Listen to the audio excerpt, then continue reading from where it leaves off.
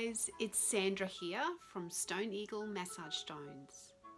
Today I wanted to talk to you a little bit about communication within a massage and how you're dealing with your client when they're on the table, especially when you're using stones and hot stones at that.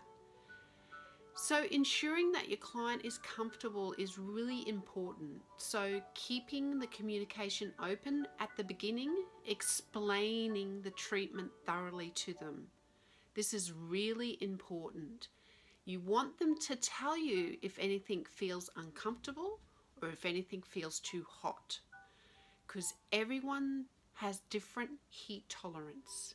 So some people will be more sensitive to the heat, whereas others will not. So I always check in with my client at the beginning of the treatment, making sure that heat feels comfortable for them. So this is an integral part of what you should be doing at the start. Now, when I actually massage my client, I don't communicate with them. I don't engage in conversation. Now, the reason I do this is it's really important that they are relaxing, that they're enjoying the treatment, and they're not having to use their head and think about things or thinking about replying to you.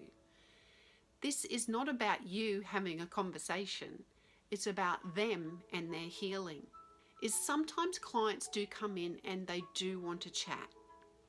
For their healing benefit, they will get so much more out of the treatment for themselves if they're quiet, and if you are quiet too.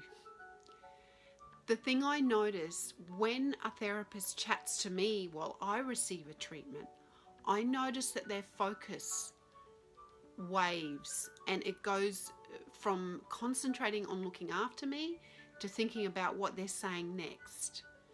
And I also find with the stones, if you start talking with your client while you're using the stones, your technique seems to speed up. And this is where the whole treatment can feel not as effective. Because the slower the treatment, the more powerful it is in healing your client.